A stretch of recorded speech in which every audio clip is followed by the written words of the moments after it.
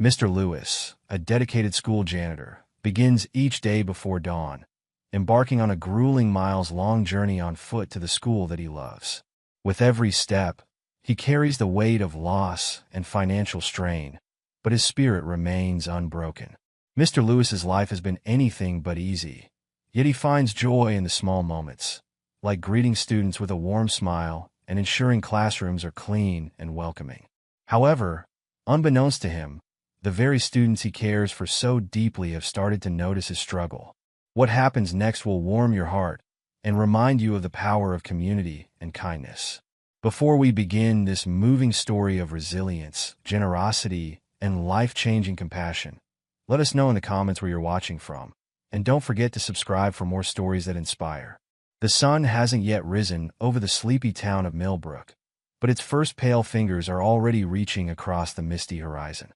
The streets lie empty and quiet, save for the occasional early morning delivery truck rumbling past dark storefronts. As dawn breaks, the camera pans across weathered buildings and neat suburban homes before settling on a small, paint-peeling house at the edge of town. Inside, an ancient alarm clock ticks steadily beside a narrow bed. Its hands point to 4:30 a.m. when the harsh buzz fills the dimly lit room. A weathered hand reaches out, carefully silencing the alarm with practiced precision. Thomas Lewis, known to everyone simply as Mr. Lewis, sits up slowly, his joints protesting the early movement. The bed springs creak beneath him as he swings his legs over the side, his feet finding their way into worn slippers placed precisely where he left them the night before. "Another day, Max," he murmurs to the elderly golden retriever lifting his head from his bed in the corner. The dog's muzzle has gone completely white, but his tail still thumps against the floor at the sound of his master's voice. "Let's get some breakfast in us, old friend." Mr. Lewis shuffles to the small kitchen, where the linoleum is peeling at the corners and the cabinets hang slightly crooked. Despite its obvious age, everything is meticulously clean. He reaches for the container of oatmeal, the generic brand, on sale at the discount store, and measures out careful portions into 2 bowls. "Here you go, buddy," he says softly, adding a small drizzle of honey to Max's bowl before placing it carefully on the floor. "Easy on those old teeth now." While the oatmeal cooks, Mr. Lewis goes through his morning routine. The bathroom mirror reflects a face lined with years of early mornings and late nights. His hair, more salt than pepper now, is neatly combed. He takes extra care shaving, remembering Claire's gentle teasing about his porcupine chin. The thought brings both a smile and a familiar ache to his chest. Back in the bedroom, he opens his closet to reveal a row of carefully pressed work shirts and pants. Each garment shows signs of wear, some subtle darning at the seams, patches carefully matched in color and pattern. He selects today's outfit with deliberate care. The blue work shirt that Emily had given him 2 Christmases ago, before she left for college. His eyes drift to the photograph on his bedside table. Claire's smile beams back at him, her arms wrapped around a teenage Emily at her high school graduation. The frame is slightly tarnished, but the glass is spotless, cleaned daily with loving attention. "Morning, sweetheart," he whispers, touching the frame gently. "Emily called yesterday. She's doing great in her classes. That scholarship was a blessing, wasn't it? She's going to be somebody, Claire. Just like you always said she would." The silence that follows feels heavy, but Mr. Lewis straightens his shoulders and returns to the kitchen. He eats his oatmeal standing up, gazing out the small window at the gradually lightening sky. The bowl gets rinsed immediately after. Dishes are never left in the sink in the Lewis household. "Time for lunch packing, Max," he announces, pulling out a paper bag from the cabinet.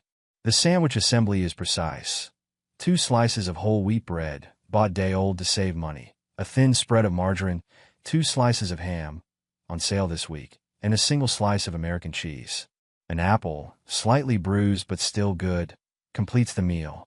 Mr. Lewis checks his watch, 5:15 a.m. Time to get moving.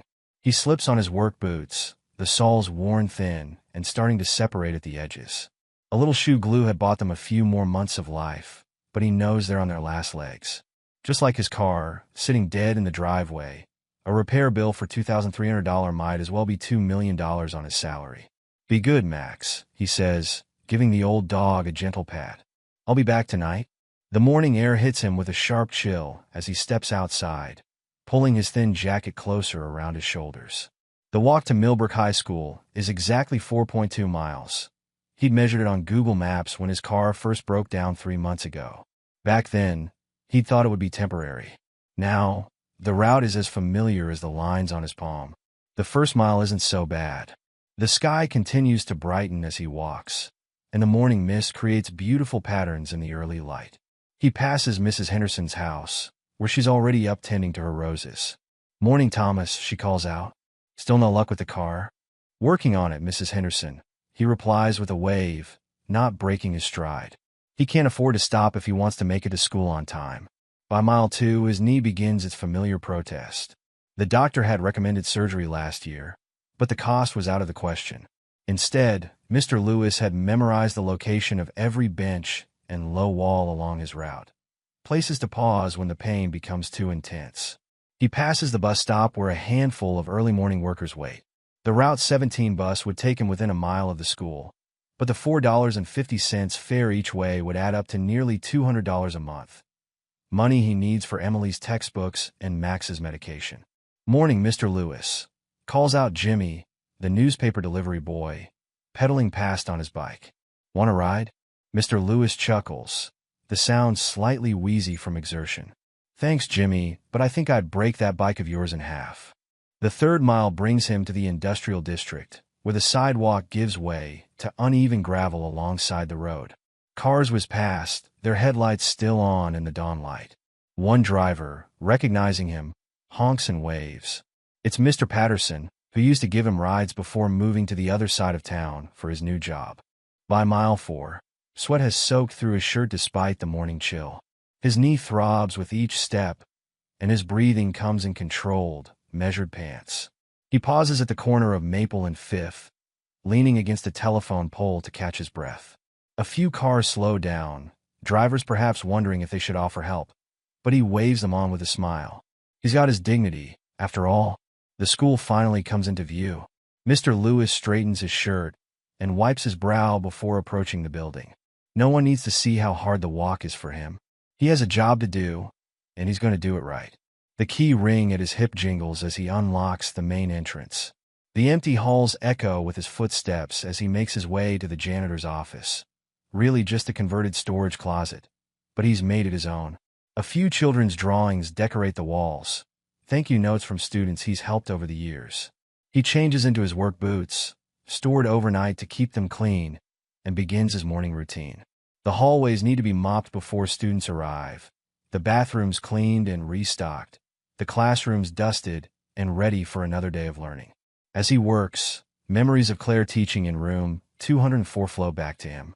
She'd loved this school, loved teaching English to generations of Millbrook teenagers.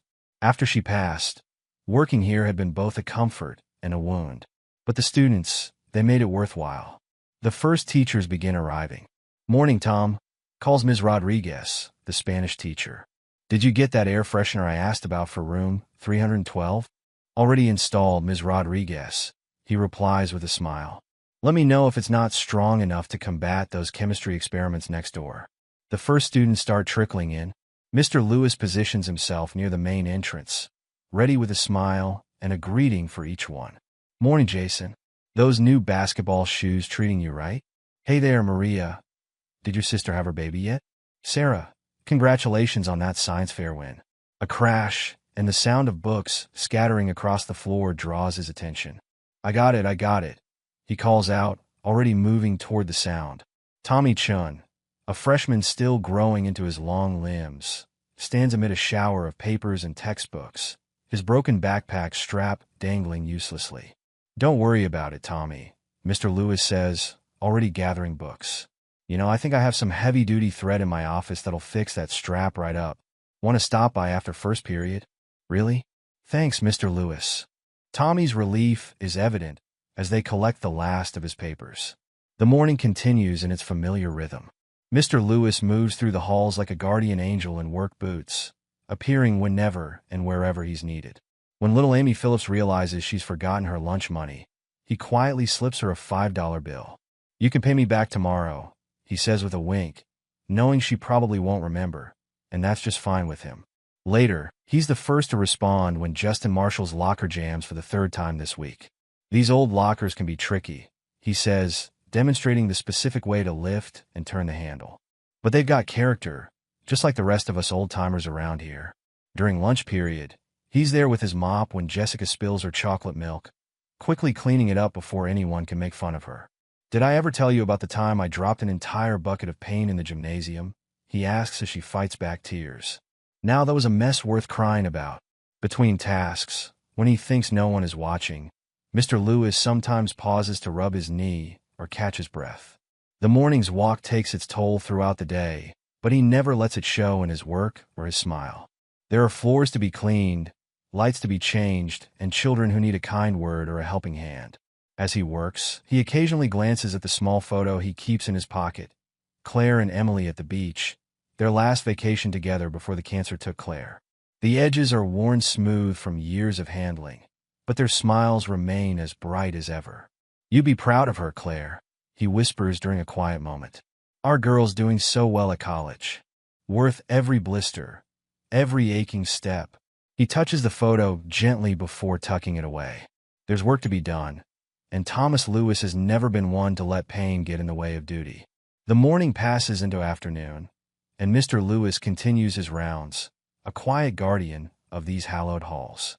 To the casual observer, he's just the school janitor, but to those who know him, he's so much more: a friend, a helper, a listener, a fixed point in an ever-changing world.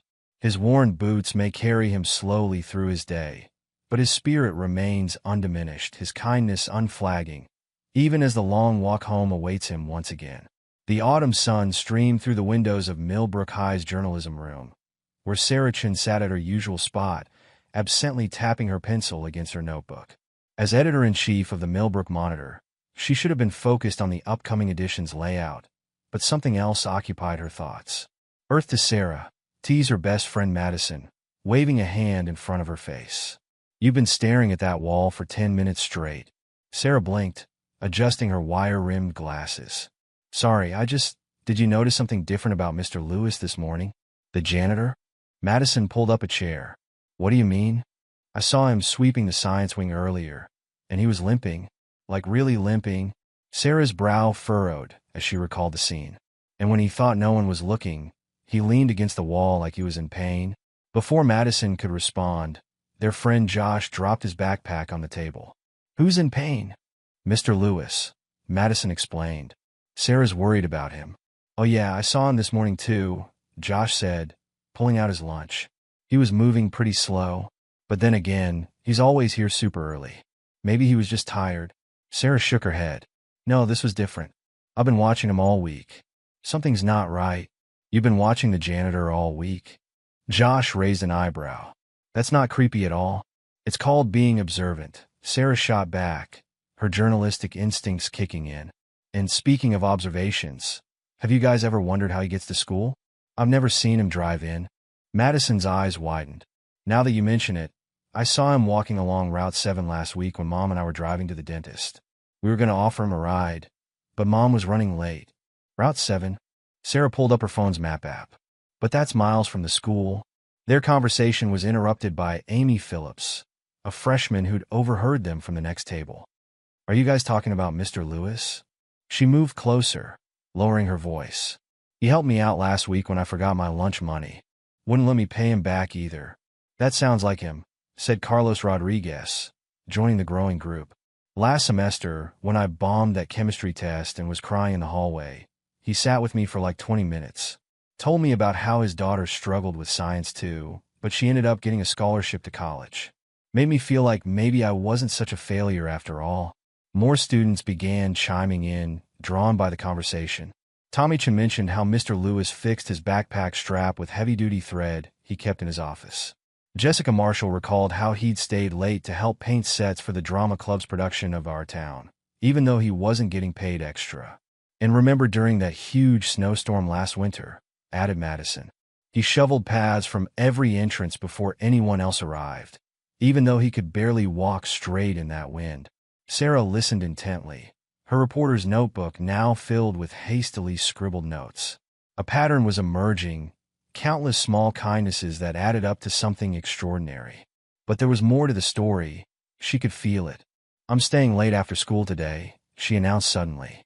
"I want to see something." "Want company?" Madison offered. Sarah shook her head. "No, I need to do this alone. But keep your phone on. I might need backup." The rest of the day passed slowly. Sarah found herself watching Mr. Lewis whenever their paths crossed, noting how he always smiled despite the obvious pain in his steps. During seventh period, she saw him helping a student clean up a spilled energy drink, and the way he struggled to stand afterward made her heart ache.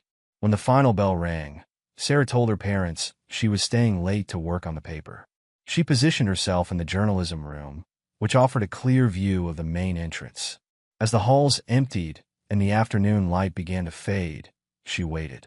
At 5:45 p.m., she saw Mr. Lewis emerge from his office, changed back into his street clothes. She waited until he was halfway down the front walk before grabbing her backpack and following at a discreet distance. What she witnessed over the hours would change her life forever. Mr. Lewis's journey home took him past empty storefronts and through industrial areas where loose gravel crunched under his feet. Sarah stayed far enough behind to remain unnoticed, but close enough to see how he stopped every few blocks, leaning against whatever support he could find: telephone poles, fence posts, low walls. "This can't be right," she whispered to herself, checking her phone's GPS. They'd already walked over 2 miles, and Mr. Lewis showed no signs of turning toward any residential areas. The sun was setting, casting long shadows across the empty sidewalks. At one point, a city bus passed them. Sarah watched Mr. Lewis reach into his pocket, pull out some change, count it, and slowly put it back. Her throat tightened as she realized what that meant. By mile 3, she had to fight the urge to run up and offer help. Mr. Lewis's limp had grown more pronounced, and his stops became more frequent. Yet each time someone drove past, he straightened up and smiled, as if everything was fine. When they finally reached his small house on the outskirts of town, Sarah stood frozen on the corner, tears streaming down her face. Her phone showed they'd walked 4.2 miles. And he did this twice a day? Every day? She pulled out her phone with trembling hands and called Madison. "Mads, are you sitting down? Because you're not going to believe what I just saw." 20 minutes later, Sarah burst into Madison's bedroom, calling a taxi to reach there. "He walks 8.5 miles every day." 8.5 miles. In worn-out shoes with a bad knee, carrying his lunch and his work clothes, and we never noticed. How do we never notice? Madison sat on her bed, stunned. "But why? Doesn't he have a car?" I asked Mr. Patterson, the security guard. "He says Mr. Lewis's car broke down months ago, and he can't afford to fix it. The buses don't run to his neighborhood, and ride-sharing would cost too much on a janitor's salary." Sarah paced the room, her words tumbling out faster and faster. "And get this, he sends most of his money to his daughter in college. She's there on scholarship, but textbooks and living expenses add up, and he wants to make sure she has everything she needs." "Oh my God," Madison whispered. "We have to do something." "Already on it." Sarah pulled out her laptop. "I started a group chat with everyone from lunch today. We need to meet tomorrow morning before school. This is bigger than just us. We need everyone involved." The next morning, 20 students crowded into the journalism room at 7:15 a.m. Sarah stood at the front, her exhaustion evident, but her eyes bright with determination. "Okay, everyone's here. Thanks for coming so early." She took a deep breath. "What I'm about to tell you might be hard to hear, but we need to listen.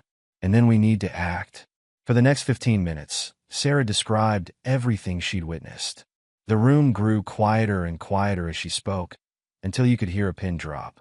When she finished, there was a long moment of silence. Finally, Carlos spoke up. "My dad's a mechanic. Maybe he could look at Mr. Lewis's car." "That's a start," Sarah nodded. "But from what I've heard, the repairs would cost thousands. And even if we fixed it, there's gas, insurance, maintenance." "What about a fundraiser?" suggested Amy. "We could do a car wash or something." Jessica shook her head.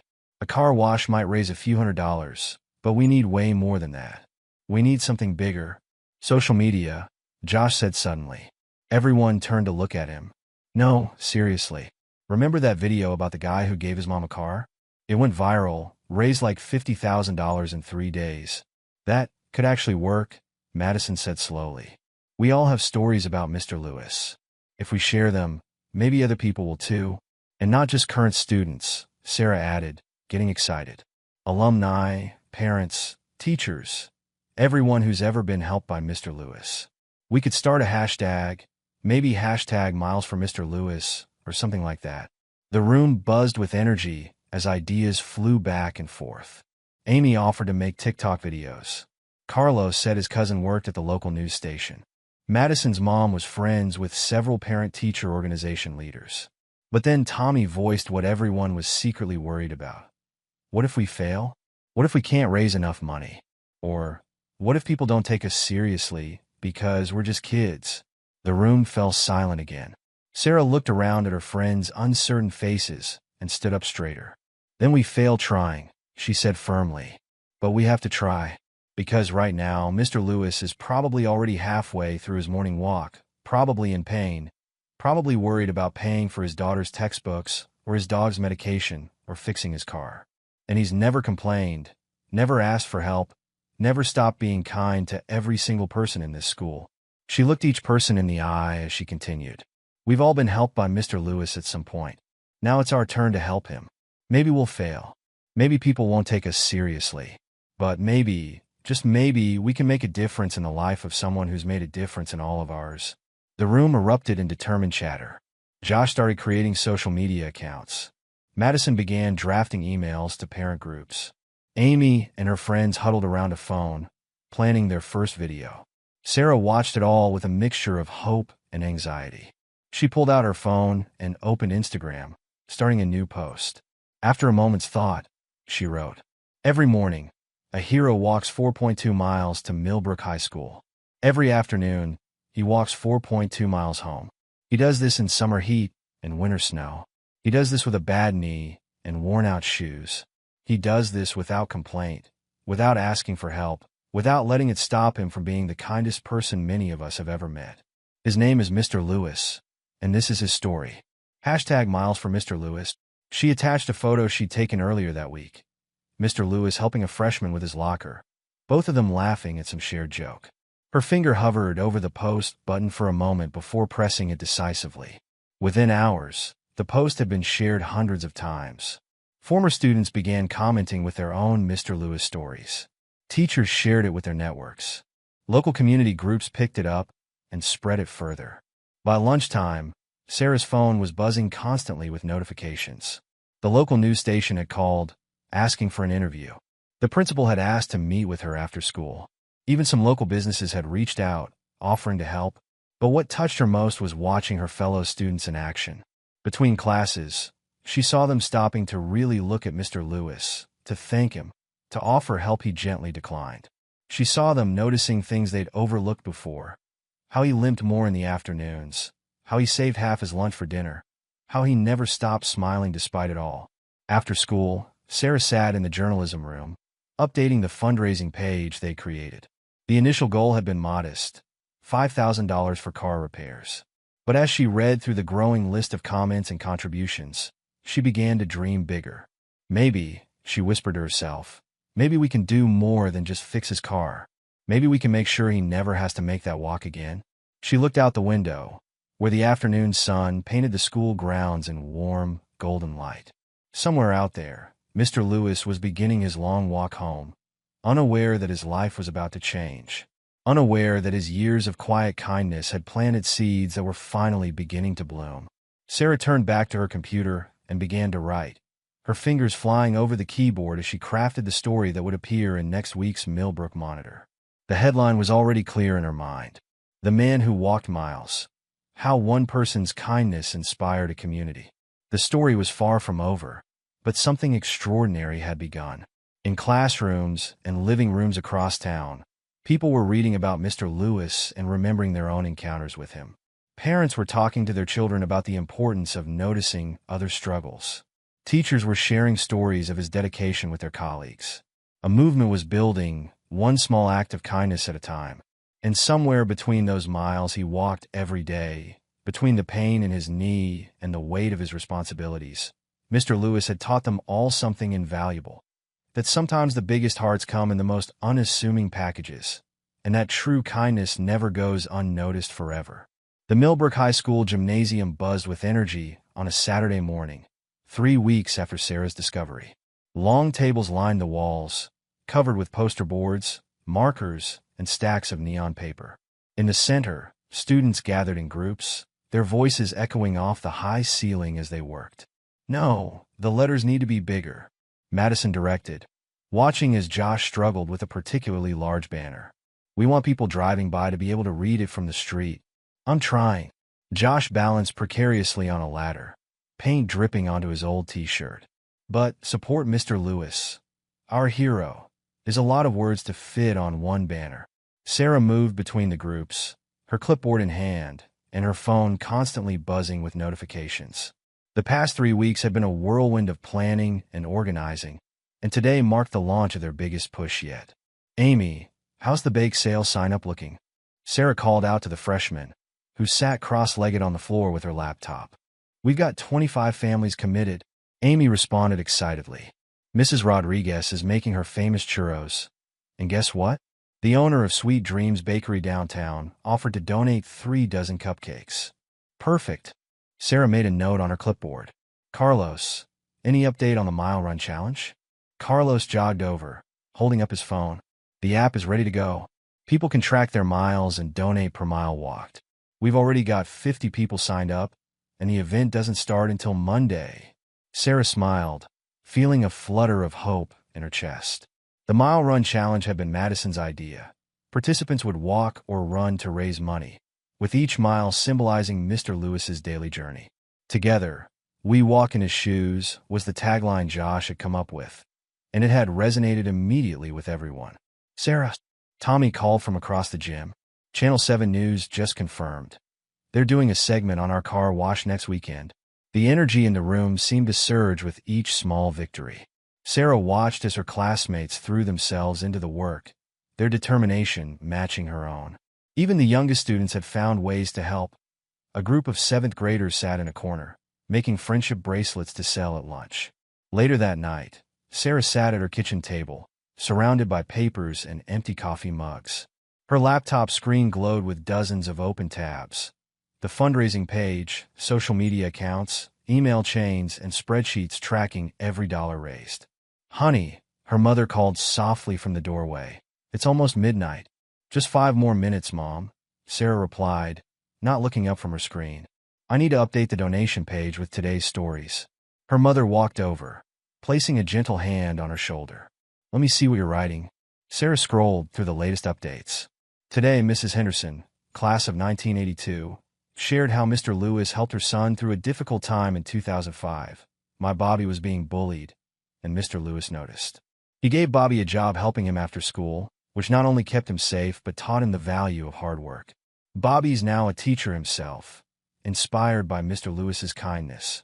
Maria Delgado, current senior, remembers, "When my little sister was scared on her first day of school, Mr. Lewis made her a special hall monitor badge out of cardboard and glitter. She wore it proudly all year. That's just who he is, always thinking of ways to make others feel special." "Look at these donations coming in," Sarah pointed to the screen. $5 from a student's allowance, $20 from a retired teacher, $100 from a local business. They're not huge amounts, but they're adding up. Her mother squeezed her shoulder. "You're doing something remarkable, sweetie. But you need to rest too." "I know, Mom. It's just—" Sarah's voice caught slightly. "Every morning, I still see him making that walk. And until we fix this, I can't really rest." The next few days saw an explosion of activity throughout Millbrook. The Mile Run Challenge kicked off with a bang. Students, teachers, and community members logged their miles, many sharing selfies with signs reading, "Walking for Mr. Lewis," or "For .2 miles and counting." The bake sale tables at lunch were swamped with customers, many paying far more than the asking price for cookies and brownies. "Keep the change" became a common phrase, with everyone understanding where the extra dollars would go. Local businesses began joining the effort. The hardware store donated supplies for the car wash. The print shop offered free posters. Restaurants pledged percentages of their daily sales. Each contribution, large or small, added to the growing momentum. But it wasn't all smooth sailing. On Wednesday morning, Sarah was called to Principal Davidson's office. "Miss Chun," the principal began, her expression serious. "While I appreciate the spirit of what you and your fellow students are doing, I have some concerns." Sarah sat up straighter in her chair. "What kind of concerns, Mrs. Davidson?" "For one, these events are taking up a lot of school resources and time. The gym has been essentially converted into campaign headquarters. Teachers report students working on posters during class time. And there's the matter of the school's reputation to consider. How does it look that our janitor can't afford basic transportation?" Sarah felt her face flush with anger, but she kept her voice steady. "Mrs. Davidson, may I show you something?" She pulled out her phone and opened the fundraising page's comment section. "Mr. Lewis helped me clean up when I got sick in the hallway. He gave me his own jacket to wear home and never asked for it back. Current student, when my mom died, Mr. Lewis left flowers on her old desk in the teacher's lounge every Monday for a year. He didn't know I knew." Former teacher. "My car broke down in the school parking lot during a snowstorm. Mr. Lewis stayed 3 hours after his shift to help me get it started. Wouldn't accept any payment." Parent. "With all due respect," Sarah said quietly, "I think our school's reputation is only being enhanced by showing how much we value everyone in our community, regardless of their position." Principal Davidson was silent for a long moment, reading through the comments. Finally, she looked up, her eyes slightly misty. "You know what? You're right. And I think I know how the administration can help." The next day, an official email went out to all parents, endorsing the fundraising efforts and announcing that the school would match donations up to $5,000. The celebration in the gym that afternoon was electric. "Can you believe it?" Madison squealed, hugging Sarah. "The school is backing us." But despite the growing support, challenges remained. Some students reported their parents questioning why they should help just a janitor. Others worried about drawing attention to Mr. Lewis's financial situation, fearing it might embarrass him. And then there was the matter of the car itself. Carlos's father had finally examined Mr. Lewis's old vehicle and delivered the verdict. The repair costs would be far more than the car was worth. Even with all their fundraising, fixing it didn't make financial sense. "Maybe we should just focus on getting him a used car," Tommy suggested during one planning session. "But then we'd have to worry about it breaking down too," Josh pointed out. "He needs something reliable." "Guys," Sarah interrupted, staring at her laptop screen. "We have a bigger problem. The donations are slowing down." The room fell silent as she showed them the graphs. After the initial surge of support, the daily donation amounts were dropping. They had raised just over $15,000, an impressive sum, but not enough for a reliable new vehicle plus insurance and maintenance costs. "Maybe we should lower our goals?" Amy suggested hesitantly. "No." Sarah's voice was firm. "Mr. Lewis never does anything halfway. Neither should we." That night, Sarah sat alone in her room, scrolling through the fundraising page for the 100th time. The total amount seemed to mock her. $15,427. Still so far from what they needed. Her phone buzzed with a text from Madison. "Don't give up. Remember why we started this?" Sarah closed her eyes, remembering that first day she followed Mr. Lewis home. The way he stopped every few blocks, leaning against whatever he could find. The quiet dignity with which he carried his burden. The smile that never wavered, no matter how tired he was. Opening her eyes, she began to type a new update for the fundraising page. "Dear Milburn community, when I first discovered Mr. Lewis's daily journey, I was shocked. But what shocked me more was realizing how long we had all taken his kindness for granted.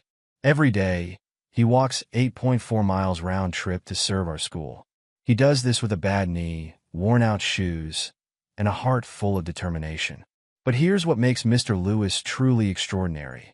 In all these months of walking, in all these years of serving our school, he has never once complained, never once asked for help, never once let his struggles dim his smile or dampen his spirit. We've raised $15,427 so far. That's incredible, and we're grateful for every single donation. But it's not enough. Not for someone who has given so much of himself to our community. Some have asked why we're doing this for just a janitor. To them, I say, Mr. Lewis is not just anything. He is the first smile many of us see each morning. He is the helping hand that never wavers. He is the quiet hero who makes our school a better place every single day. We're not asking for more donations just to buy a car. We're asking because this is our chance to show that kindness matters, that every person in our community matters, that sometimes the most important people are the ones we see every day, but don't really see at all. Please help us reach our goal. Share our story. Make a donation if you can. Join our mile run challenge. Buy a friendship bracelet or a cupcake. Every dollar brings us closer to showing Mr. Lewis that his years of quiet kindness have not gone unnoticed. Because in the end, this isn't just about a car. It's about recognizing the hero who's been walking among us all along. Thank you, Sarah Chung. She hit post and sat back, wiping tears from her eyes. Her phone buzzed again. Another text from Madison. Check the donation page. Now. Sarah refreshed the page and gasped. While she'd been writing, a new donation had come in. $5,000 from an anonymous donor, with the comment, "For the man who helped my daughter find her smile again. Keep walking, Mr. Lewis. But soon, you won't have to." The total now read, $20,427. Sarah's fingers flew across her phone's keyboard. OMG, who could it be? Madison's reply came quickly. No idea, but I heard Ms. Rodriguez crying in her classroom earlier. Something about her daughter and Mr. Lewis. Sarah smiled, remembering the Spanish teacher's daughter who had struggled with depression last year. Mr. Lewis had somehow known exactly when to appear with a broom and a willing ear, giving her small tasks that made her feel needed until she found her way back to herself. Looking at the new total, Sarah felt hope surge through her again.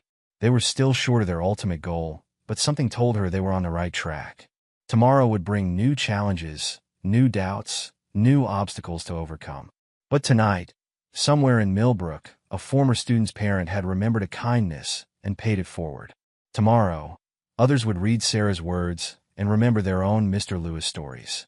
The ripples would continue to spread, just like they had every time Mr. Lewis had dropped a small stone of kindness into the pond of their community. Sarah closed her laptop and finally headed to bed, her mind already racing with plans for tomorrow. As she drifted off to sleep, she smiled, thinking of Mr. Lewis making his long walk home, unaware that soon, very soon, his journey was about to change forever.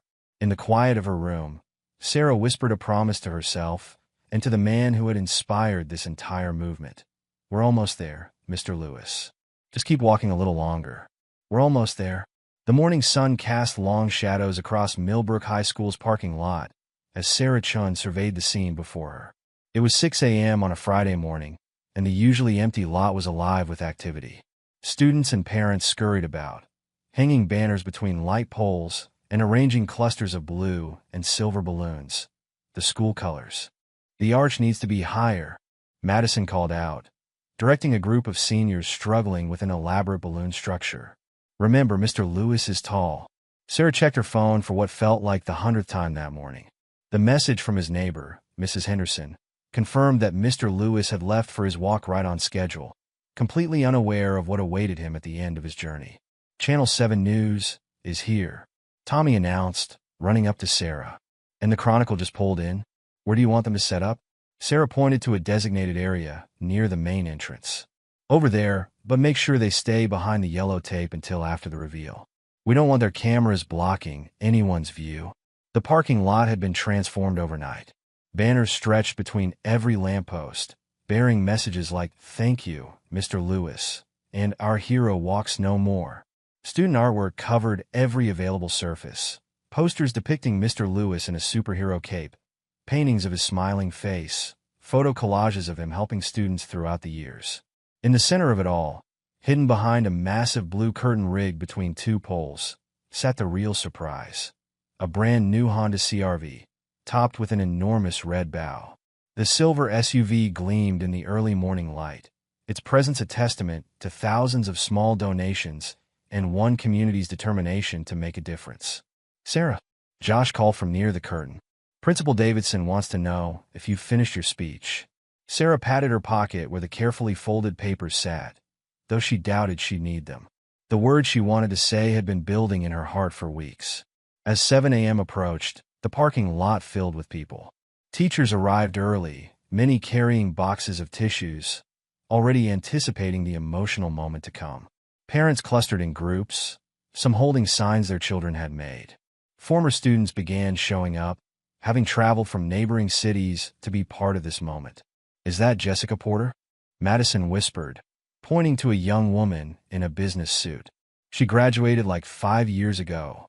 "And there's Dr. Martinez," Sarah added, recognizing the local dentist who'd graduated from Millbrook in the 90s. "His daughter told me he canceled all his morning appointments to be here." The crowd continued to grow. Mrs. Rodriguez, the Spanish teacher, distributed small bells she'd bought for everyone to ring at the big moment. The school band, positioned discreetly behind a row of cars, warmed up their instruments. Even Max, Mr. Lewis's elderly golden retriever, had been brought to the event by Mrs. Henderson, wearing a special blue bandana for the occasion. At 7:15 a.m., Sarah's phone buzzed.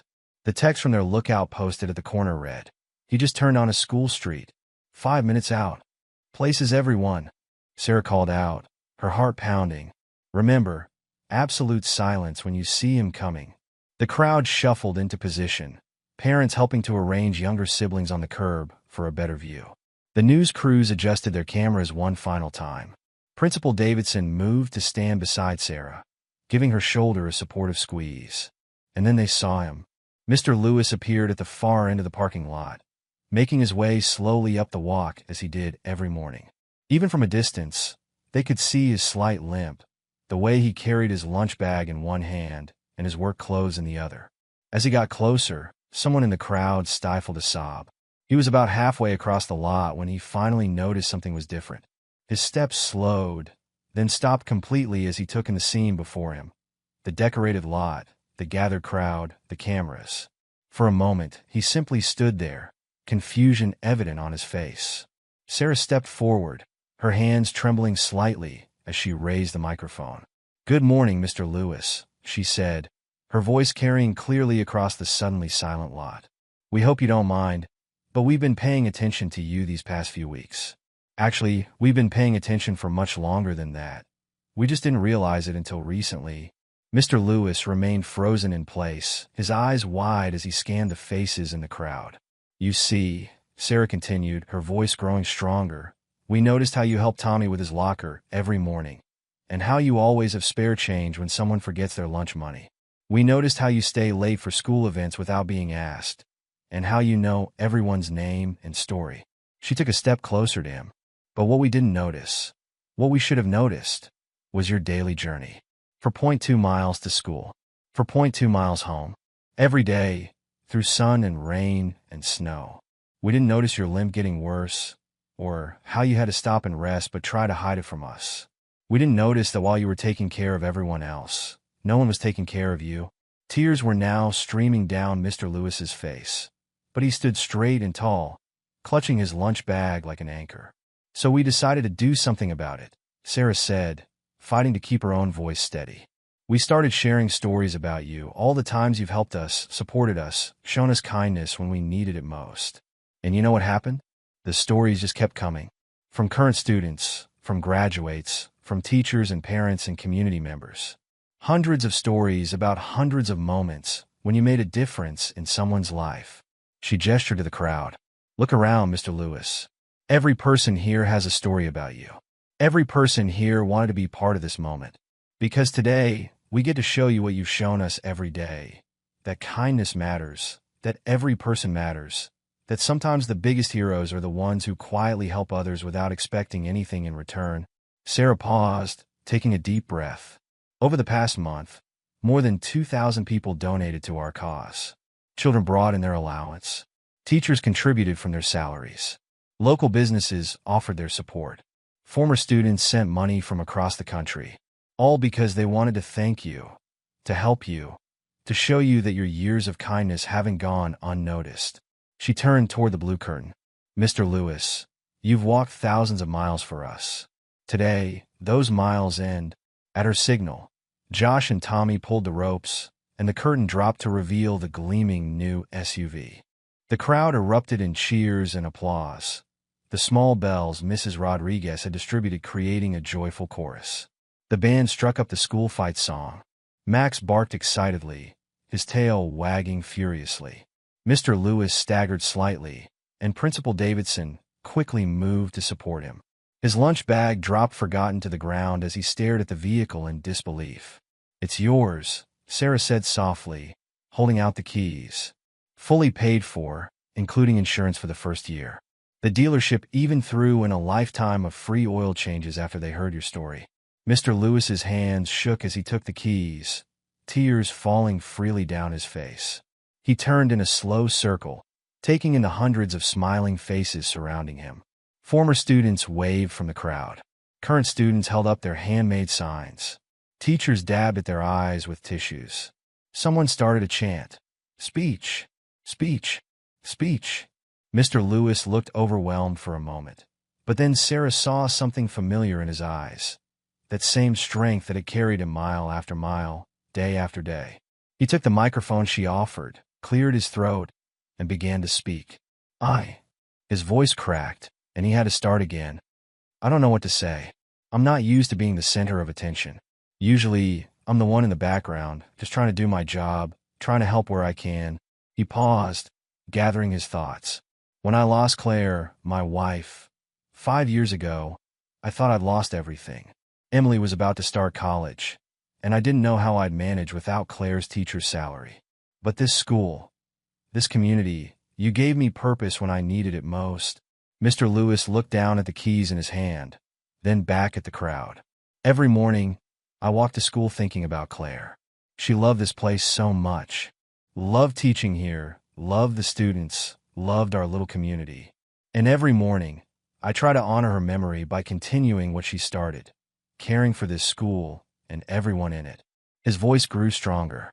"The walk, it's never been a burden. Yes, it's long, and yes, sometimes it hurts. But each step reminds me that I'm still here, still able to help, still able to make a difference in small ways." And now, he gestured to the SUV, shaking his head in amazement. "This is too much. Far too much. But looking at all of you here today, I realize something important. You've given me more than just a car. You've shown me that every small act of kindness matters, that every person matters, that sometimes the help we give comes back to us in ways we never expected." Mr. Lewis turned to Sarah, his eyes filled with gratitude. "When did you notice, Sarah? When did you first see me walking?" 3 weeks ago, she admitted. "I saw you limping in the hallway, and I started paying attention, really paying attention." He nodded slowly. "You know what Claire used to say? She said that sometimes angels come disguised as observant teenagers with big hearts." He smiled through his tears. "I think she was right." Looking back at the crowd, Mr. Lewis straightened his shoulders. "I promise you this. I'll use this beautiful gift to help others. Maybe pick up some students who need a ride on rainy days. Maybe deliver supplies to families who can't afford them. Maybe just be there for someone who needs support, the way you've all been there for me today." His voice grew thick with emotion. "Because that's what this community does. We notice each other. We help each other. We lift each other up. And if my daily walks have taught you anything, let it be this. Every journey is easier when we walk it together." The crowd erupted in applause again, and this time students broke ranks to surge forward, surrounding Mr. Lewis in a massive group hug. Max bounded forward, barking joyfully and weaving between legs to reach his master. The band played, bells rang, and camera flashes lit up the morning air. Sarah stood back, watching as Mr. Lewis was embraced by the community he had served so faithfully. She saw him greeting former students, hugging teachers, accepting congratulations from parents. His eyes shone with joy and gratitude, but also with something else, a quiet dignity that no amount of walking had ever diminished. Principal Davidson appeared at Sarah's side. "You did good, Miss Chen. Really good." Sarah wiped her eyes, smiling as she watched Mr. Lewis being helped into the driver's seat of his new SUV, Max jumping expertly into the passenger side despite his age. "We all did good. We just needed someone to notice first." As the morning sun climbed higher in the sky, casting its warm light over the celebration, Sarah thought about all the miles Mr. Lewis had walked. Each step had been a choice to keep going, to keep helping, to keep believing in the power of small kindnesses. Today, those miles had ended, but the journey they represented, the journey of compassion, of community, of quiet heroism, that journey would continue. And thanks to one observant student and thousands of grateful hearts, it would continue on 4 wheels instead of 2 tired feet. The Monday morning after the big reveal dawned bright and clear. Students arriving early at Millbrook High School noticed something different. Mr. Lewis's new SUV already parked in its designated spot, gleaming in the morning sun. The red bow had been carefully preserved and now sat in the back window, a reminder of that extraordinary Friday morning that had changed everything. Inside the school, Mr. Lewis moved through the halls with a new energy. The familiar limp was still there, but it was less pronounced, no longer weighed down by miles of walking. His smile, always ready, now seemed to carry an extra warmth. "Good morning, Mr. Lewis," called out Tommy Chun, hurrying to his locker. "How's the new ride?" "Like a dream, Tommy," Mr. Lewis replied, his eyes twinkling. I picked up 3 students on my way in today, saw them walking in the rain, and thought, well, now I can do something about that. It wasn't just the rides to school. Mr. Lewis began arriving early enough to help the drama club with their set construction. He stayed late to assist the robotics team in cleaning up their workshop. When the art club needed help hanging their exhibition, he was there with his tools and expertise, sharing stories about Claire's love for painting as he worked. "You don't have to do all this," Ms. Rodriguez told him one afternoon, watching him help organize props for the Spanish club's cultural fair. "You must be tired." Mr. Lewis smiled, carefully arranging colorful decorations. "That's the miracle of it, Maria. I'm not tired anymore. For the first time in months, I have energy to spare. Seems only right to spend it giving back to the community that gave me so much." The ripples of that one act of kindness spread throughout Millbrook. The local newspaper story about Mr. Lewis inspired other communities to look for their own unsung heroes. A neighboring town started a fund to help their elderly librarian repair her roof. Another community organized support for a struggling single mother who walked 3 miles to work at their grocery store. In Millbrook itself, people began paying more attention to each other.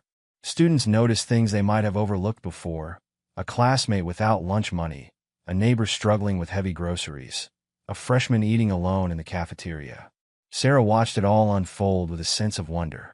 Sitting in the journalism room one afternoon, she began typing her article for the school paper, "A Lesson in Kindness: How Mr. Lewis Taught Us More Than We Knew" by Sarah Chun. 3 weeks ago, our community came together to give Mr. Lewis, our beloved janitor, a gift, a new SUV to replace his daily 8-mile walk to and from school. We thought we were helping him. What we didn't realize was how much he would continue to teach us. Since that morning in the parking lot, something has changed at Millbrook High. It's not just that Mr. Lewis arrives looking refreshed instead of exhausted. It's not just that he can now offer rides to students on rainy days or help with after-school activities. It's something deeper, something that has touched every corner of our school and community. We've learned to notice, to really see each other, to recognize that everyone around us is fighting their own battles, walking their own long miles. Last week, I watched Jessica Martinez, a senior, stop to help a freshman pick up scattered papers in the hallway. When I mentioned how kind that was, she shrugged and said, "Mr. Lewis would have done it." That's become a common phrase around here. Mr. Lewis would have done it. Whether it's staying after school to tutor a struggling classmate, helping a teacher carry supplies to their car, or simply offering a smile to someone having a bad day, our standard for kindness has become clear. But perhaps the most important lesson Mr. Lewis taught us is this: heroism doesn't always wear a cape. Sometimes it wears work boots and carries a mop. Sometimes it walks 8 miles a day without complaint. Sometimes it shows up early, stays late, and never stops looking for ways to help others. Mr. Lewis's daily walk may have ended, but his journey continues. And now, thanks to his example, we're all walking with him. As Sarah finished typing, she heard familiar footsteps in the hallway. Mr. Lewis appeared in the doorway, pushing his cleaning cart. "Working late again, Sarah?" he asked, his voice gentle. She nodded, gesturing to her laptop. "Just finishing an article about you, actually. About everything that's happened since, you know." He leaned against the door frame, his eyes distant. "You know what Claire would say about all this? She'd say that kindness is like a boomerang. It always comes back to you, usually when you least expect it and most need it." Sarah saved her article and began gathering her things. "Need a ride home?" Mr. Lewis offered. "It's getting dark." Thanks, but Madison's mom is picking me up. Sarah paused, then added, I saw you giving the Wilson kids a ride this morning. Their mom posted about it on Facebook. Said it was such a relief knowing they didn't have to walk in the rain anymore. Mr. Lewis smiled, adjusting his name badge. Just passing on the kindness, Sarah. That's all any of us can do. The weeks turned into months, and the changes in Millbrook High became permanent fixtures of school life. The student council started a random acts of kindness program, inspired by Mr. Lewis's example. Teachers noticed increased volunteering for community service projects. Even the cafeteria seemed different, fewer students eating alone, more mixing between social groups. One quiet evening, 6 months after the big reveal, Mr. Lewis sat in his SUV in the school parking lot after a long day. The sun was setting, painting the sky in shades of orange and pink that reminded him of Claire's favorite sweater. He looked at the empty passenger seat, remembering all the time she'd sat there during their years together. We did it, sweetheart, he whispered, running his hand along the pristine dashboard. Can you believe it? All those miles we walked together in spirit. And now look. He started the engine, listening to its quiet purr. As he pulled out of the parking lot, he saw students still lingering on the front steps, the drama club finishing a late rehearsal. They waved enthusiastically, and he honked in response, the sound echoing across the quiet campus. 15 years later, Sarah Martinez straightened her teacher's badge and looked out over the Millbrook High School parking lot. It looked different now. New paint, updated landscaping, more spaces for the growing student population. But some things remained the same, like the spirit of kindness that had taken root here years ago. And that's where it happened, she told her homeroom class, pointing to the spot where a new SUV had once sat with a giant red bow. Right there is where our community proved that when we notice each other's struggles and work together, we can make real change happen. Her students listened intently, some taking notes, others simply absorbing the story. They'd all seen the plaque by the school entrance, the one that read, "To the man who walked miles for us, and whose journey taught us the value of compassion." What happened to Mr. Lewis? Asked one student, Emma, her hand raised high. Sarah smiled, remembering. He retired 10 years ago, but his impact never left. The scholarship fund we started in his name has helped dozens of students afford college. The community outreach program he inspired is still going strong. And every year, when we tell new students his story, we remind them that kindness isn't just an action. It's a choice we make every day. She walked to the plaque, touching its smooth surface. Mr. Lewis taught us that sometimes the biggest changes start with simply noticing someone's struggle, noticing an opportunity to help, noticing the quiet heroes who walk among us. The morning bell rang, and students began filing into the building. Sarah watched them go, remembering her own days as a student here. The journalism room, where she'd first noticed Mr. Lewis's limp. The parking lot where their community had come together. The halls where kindness had transformed from an act into a legacy. A car horn honked, and Sarah looked up to see an elderly but still spry Mr. Lewis pulling into the lot in his second SUV. The community had insisted on replacing the first one when it finally wore out. He still volunteered at school events occasionally, his presence a living reminder of the lesson he'd taught them all. "Good morning, Mr. Lewis," her students called out, and he waved back, his smile as warm as ever. Sarah watched as he made his way into the building, no longer limping, but moving with the dignified pace of age. The morning sun caught the silver of his hair, and for a moment, she was transported back to that dawn 15 years ago when a community had come together to help one man and ended up helping themselves. The story of Mr. Lewis had become more than just a local legend. It had become a testament to the power of observation, compassion, and community. Schools across the country now used it as an example in their character education programs. The local university included it in their teaching curriculum as a case study in community organizing and social impact. But perhaps most importantly, it had changed the way people in Millbrook saw each other. They look more carefully now, notice more readily, help more quickly. The lesson Mr. Lewis had taught them, that everyone's journey matters, that kindness begets kindness, that community is built one small act at a time, had become part of the town's DNA. As Sarah headed to her classroom, she passed the school's wall of heroes, where Mr. Lewis's story was prominently displayed alongside other inspiring tales from the school's history. But his wasn't just a story of the past. It lived on in every student who offered help without being asked, in every teacher who stayed late to support a struggling student, in every community member who chose to notice and act. The morning announcements began, and Sarah heard her students shuffling papers and settling into their seats. Before beginning her lesson, she glanced out the window one last time, watching as the sun climbed higher over Millbrook High. Somewhere in the building, she knew someone was helping someone else, passing on the lesson Mr. Lewis had taught them all those years ago. And in that moment, Sarah understood that while the miles Mr. Lewis had walked were now just memory, the path he had shown them, the path of kindness, awareness, and community, stretched endlessly before them, waiting to be walked by each new generation that passed through these halls. The bell rang, and Sarah turned to her class, ready to teach not just the day's lesson, but the greater truth she had learned from a janitor who had walked miles to show them what really matters. The journey of kindness continues, one step at a time, one person at a time, one moment at a time. And somewhere, she knew, Claire was smiling. Mr. Lewis's life changed in a way he could never have imagined, all because the students he quietly supported every day decided to give back. This story isn't just about one man's dedication. It's about the impact that simple acts of kindness can have when a community comes together. What would you do if you found out someone you know was quietly facing such an enormous challenge? Let us know in the comments below.